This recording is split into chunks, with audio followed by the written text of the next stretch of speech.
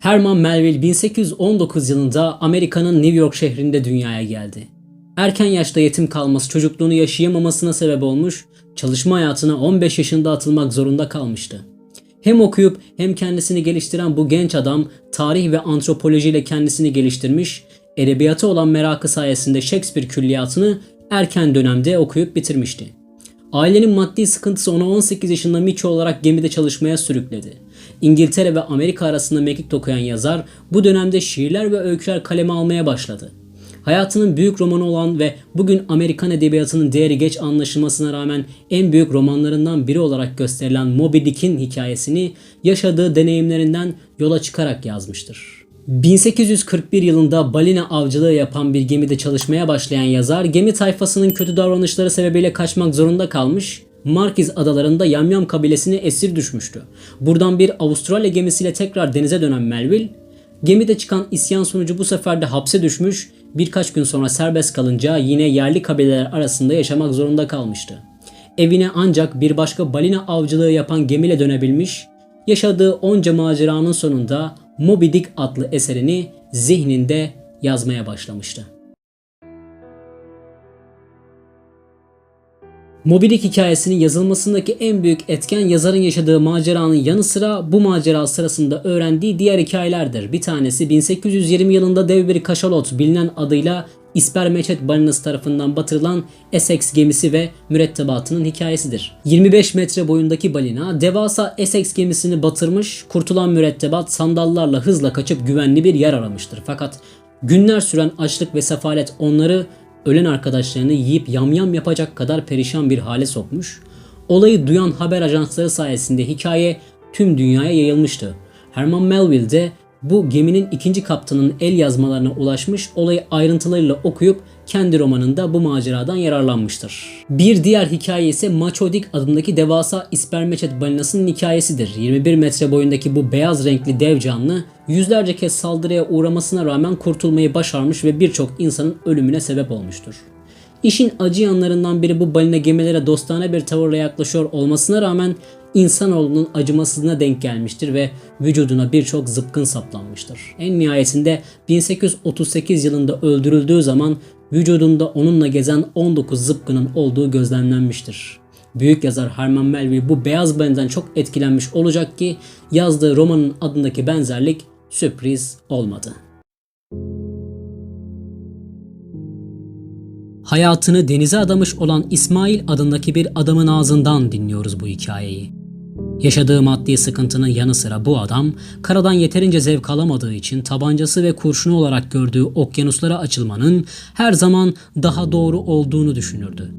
Fakat şimdiki yolculuğu diğerlerine benzemeyecek, çünkü balina avcılığı için yollara düşen İsmail bu seferin ne kadar zorlu ve çekişmeli olacağını görecek, kelle koltukta yaşamanın ne demek olduğunu Pequot gemisiyle çıktığı macerada öğrenecektir. İsmail iş bulup yola çıkmadan önce eski bir handa konaklayacaktı. Bulduğu odada ileride onunla beraber Pequot gemisine binecek olan korkusuz, cesaretli ve cömert bir adam olan, aynı zamanda balina zıpkıncılığı yapan Queequeg ile tanıştı. Yüzünde garip şekiller olan bu korkutucu yamyam o gece İsmail'i fena halde korkutmuş olmasına rağmen İsmail'in en iyi arkadaşı oldu. Şehirde olup gemiye binmeden önce yapacakları bir şey daha vardı. Bu kiliseye gidip Maple Baba dedikleri adamın vaazını dinlemekti. Burada Yunus peygamberin hayat hikayesini dinleyen İsmail artık iş bulup yola çıkmanın vaktidir diye düşünmüş, uzun uğraşlar sonucunda Pequot gemisine Queequeg ile binmişlerdi. Gemiye adım attıklarında birçok hikaye dinlemeye başladılar. Şüphesiz en önemlisi geminin kaptanı olan ve edebiyat tarihinin unutulmaz isimlerinden biri haline gelen Ahab'ın hikayesidir. Hırs ve intikamla dolan kaptan Ahab'ın tek bir hedefi ve tek bir düşmanı vardı. Bu bir zamanlar bacağını kopartıp onu tek bacakla yaşamaya mahkum eden beyaz balina Moby Dick idi. Shakespeare tragedyalarının efsane karakterlerinden esinlenerek yaratılmış olan Kaptan Ahab kendisini tanrı gibi görürdü. Sağduyudan uzak olan bu adam intikam ateşiyle yanıp tutuşurken kötülüğün vücut bulmuş hali olduğuna inandığı Moby Dick'i öldürmenin kaçınılmaz kaderi olduğuna inanırdı. Fakat ileride doğanın tasviri olarak karşımıza çıkacak olan beyaz balina, Kaptan Ahab'ın düşündüğü kurban olmayacaktı. Aksine asıl kurbanın hırs ve akıl dışı intikam peşinde koşan ve boğazına kadar kibre batan Kaptan Ahab'ın olduğunu bize gösterecektir. Kaptan Ahab, gemi yola çıktıktan sonra mürettebata gözükmeyip ardında anlatılan hikayelerin güçlenmesini bekledi. Mürettebatın gözünde büyüyen bu adam, insanların karşısına çıktığında apaçık amacını herkese haykırmış, Moby Dick'i öldürene kadar durmayacağına and içip diğer gemicilerin de buna ayak uydurmasını istemişti. Özellikle ortaya büyük bir para ödülü koyması da gemi mürettebatını heyecanlandırmış olacak ki cesaretlenen mürettebat da beyaz balinayı bulmaya yemin etmişti. Fakat bu çılgınlığa karşı temkinli olan tek bir adam vardı. Bu adam Pequod gemisinin ikinci kaptanı olan Starbuck'tı. Muhafazakar düşünce içinde olan Starbuck, eylemleri ve olayları Hristiyan inancıyla harmanlardı ve akılcı düşünmeye özen gösterirdi. Fakat onun gibi düşünen başka kimse olmadığı için yakında gelecek felaketten kurtuluşun olmadığını da anlıyordu. Gemiciler Moby Dick'i aramaya devam ettiler. Bu sırada birkaç balina yakalamayı başardılar fakat Kaptan Ahab'ın gözü diğer balinaları görmüyordu. Onun için tek bir şeytan vardı. Ona ulaşmak için her şeyi göze almıştı.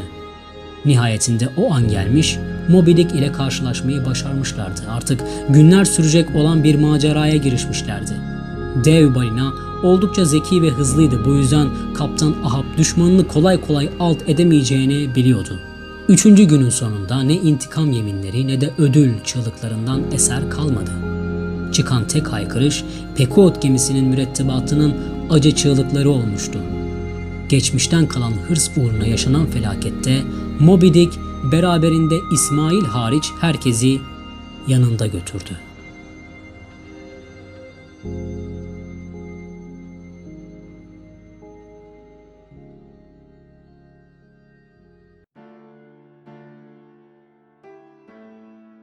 Dünya edebiyatının geç keşfedilen romanlarından biridir Moby Dick. Çünkü yazar kitabı yayınladıktan sonra yaşadığı dönemde ancak 3000 kopyalık bir satış gördü. Bu da dönemine göre başarısız bir eser olduğunu gösteriyor. Fakat ışığı olan her kitap gibi Moby Dick'te keşfedilmiş ve hak ettiği değeri bugün edebi çevrelerce görmektedir. Sıradan okurların en çok dile getirdiği mesele kitabın içeriğindeki bilgilerin sıkıcı olduğu yönünde, fakat gerçek edebiyatla ilgilenenler burada kendini belli ediyorlar. Çünkü kitap Shakespeare tragedyasından şiire, belgesel romandan destana kadar uzanan bir geniş yelpazesi var. Bu fark edilmediği zaman gerçek bir edebiyat şöleninden faydalanamayacağınızı anlamanız gerekir. Pequod gemisi farklı milletlerden gelen insanların bir araya geldiği, hiyerarşik düzende yönetilen bir ticari gemi olarak karşımızdadır. Fakat balina avcıları hiçbir zaman kendilerini ticaret gemisi olarak görmezler. Çünkü geniş okyanusları keşfedenlerin yüzyıllarca kendileri olduğunu düşünürler. Balina avcılığının dönemine göre önemli nedenleri olduğu görülmüştür. Fakat Pequod gemisinin kaptanı Ahab kendi nedenlerini yaratmış ve yola sadece yeminini gerçekleştirmek için çıkmıştır. Denizciler kehanetlere ve kadere inanan insanlardan oluşur ama Pequod kendi kaderini yazmak için kullandığı kalemi balina kanıyla doldurduğundan mıdır bilinmez, denizin dibine yelken açtığını görememiştir. Pequod gemisi ilkel bir tabuttur. Adını beyazların Amerika keşfi sonrasında neslini tükettiği Kızılderili kabileden alan bir kıyamet sembolüdür. Kasvetli renginin yanı sıra balina kemikleri ve dişleriyle süslenmiş bu yüzen tabut, şiddetli ölümlerin hatırasını son anına kadar yanında taşımıştır. Moby Dick kitabı dini motifleri bol olan bir eserdir. Anlatıcı İsmail adını Hazreti İbrahim'in Allah'a kurban etmek istediği oğlu İsmail'den alır. Kaptan Ahab adını İbranice İncil'den alıntıyla İsrailleri putperest bir yaşama sürükleyen kötü kral Ahav'dan alır. Kitabın içerisinde sıkça Yunus peygamber ve Süleyman peygamberlerin ismi anılır. Pequod gemisi batıp herkes denize gömüldüğünde sadece İsmail hayatta kalmıştı. Onu kurtaran gemi Rahel ise Hazreti Yusuf'un annesinin ismiydi. Fakat yabancı kaynaklara bakıldığında onca sembollerin içinde en güçlü karakterin Moby Dick olduğu görülür. Aslında balinanın neyi temsil ettiği tam olarak anlaşılamaz. Kimilerine göre o en başından beri Tanrı'yı simgeler. Ayrıntılı epigramlara ve pasajlara bakıldığında yüce gücü ve hikayelerinden bu sonucu çıkaran birçok yazının kaleme aldığını görebiliyoruz. Beyaz balinaya atfedilen daha çok sayıda teorinin yazılmaya devam edildiği düşünüldüğünde Moby Dick neden Amerikan edebiyatının en büyük eserlerinden biri olduğunu bize apaçık gösteriyor. Dick kelimesi Richard isminin kısaltılmışıdır. Bugün İngilizce dilinde Dick argoda penis anlamına gelir. Kitabın yayınlandığı yıl 1851 idi. Henüz bu dönemde kelimenin argo anlamı taşıdığı hakkında net bir bilgi yok ama kelimeye yazılı kaynaklarda ilk defa Random House tarafından 1966 yılında yayınlanan Norman Bogner'in Seventh Avenue adlı kitabında rastlıyoruz. Peki bunu neden söyledin diyebilirsiniz bana, çünkü Moby Dick'i cinsel obje olarak gören, hatta makalelerinde buna yer veren yazarlara rastlamak mümkün. Buna sebep olan kişinin de bizzat yazarın kendisi olmuş olabilir. Bilindiği üzere Herman Melville Moby Dick kitabını Hawthorne'a ithaf etmiştir. Aralarındaki mektuplaşmalara göz atıldığı zaman yazarın Hawthorne'a duyduğu cinsel çekim görülmektedir. Bu yüzden Moby Dick'in doğayı, tanrıyı, gücü temsil ettiği kadar eşcinselliği de temsil ettiği düşünülmektedir. Türkiye'de bahsi şu ana kadar sadece Vedat Ozan tarafından edilen bir konuda İsmail ile Kuekuek arasındaki eşcinsel çekimdir. Açık söylemek gerekirse ben de böyle bir şeyi fark etmemiştim ama yazar olan bir arkadaşım sayesinde bunun farkına varmış oldum. Bu durumun önemi yayınlandığı yıla bakıldığında anlaşılıyor, çünkü bu tarihte daha önce yazılmış eşcinsel metinle karşılaşmak pek mümkün değildir. Bundan dolayı yazar tabuları da yıkmayı denemiştir. Moby Dick sadece Amerikan edebiyatının şaheseri olmadı. Dünya edebiyatının en iyi kitaplarını sıralıyor olsaydık 3 haneli rakamlara gelmeden listede kendisine yer bulurdu. Çünkü Moby Dick genel temasının fersah fersah ötesine gidebilmiş nadir kitaplardan biridir. Biyografi yazarı Laurie Robertson Laurent'a göre epistemoloji temalar arasındaki en özelidir. İsmail'in balina taksonomisi bunu kanıtlar nitelikte. Kitabın belgesel roman özelliği de bu bilgi deryasından gelir. Anlatıcı İsmail'in meditatif düşüncesiyle Kaptan Ahab'ın monomanisini karşılaştırmak için bolca epigram mevcuttur. Şüphesiz kitabın en önemli iki karakteri Kaptan Ahab ve Beyaz Balina'dır. Moby Dick, kaptanın bacağını kopardığı andan itibaren intikam yeminleri etmeye başlayan bu adamı yatağa bağlamak zorunda kalanlar biliyor bu adamın nasıl çıldırdığını. Kaptan Ahab, Moby Dick'in Tanrı'nın bilinmez doğası ve doğanın mutlak gücü olduğunu bilseydi yine de kararından dönmeyecek kadar onurluydu.